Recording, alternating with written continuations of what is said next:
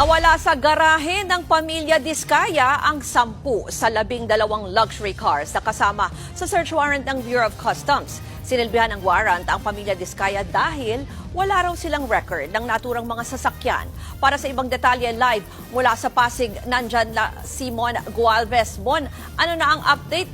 Paanong nangyari yung nawala yung mga kotse at ano na ang susunod na hakbang dyan?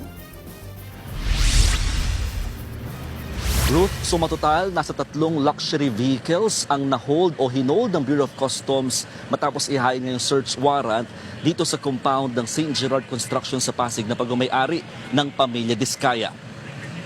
Kinurdonan at hindi na muna pinayagang makalabas ng customs ang 3 imported at mamahaling sasakyan na nakita nila sa loob ng St. Gerard Construction Office. 2 rito ang kasama nga sa 12 luxury vehicles na hindi umano mahanap ang papeles at bahagi ng search warrant.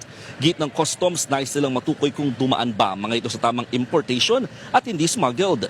Sabi ni Customs Commissioner Ariel Nepomuceno, sinisiguro lamang nilang nasusunod ang Customs Modernization and Tariff Act at nabayaran ng tama ang lahat ng duties at buwis nito. Bagamat ayaw nilang magbigay ng hinala kung bakit wala ng ibang sasakyan, pinaalarma na raw ito sa PNP Highway Patrol Group para madaling mahuli at hindi na magamit pa sa lansangan. Nauna nang inamin ni Sara Diskaya sa Senate hearing kahapon na 28 lamang ang luxury vehicle sa pagmamay-ari nila mula sa 40 nabanggit noon sa social media. Wala namang humarap sa BOC mula sa sinumang kaanak ng pamilya Diskaya nang ihain ng search warrant. Pero panawagan ni Nepomuceno sa kanila, maiging isuko nila ang mga sasakyan o ipakita yung mga papeles kung nabilib naman ito ng tama. Narito ang bahagi ng pahayag ni Customs Commissioner Ariel Nepomuceno.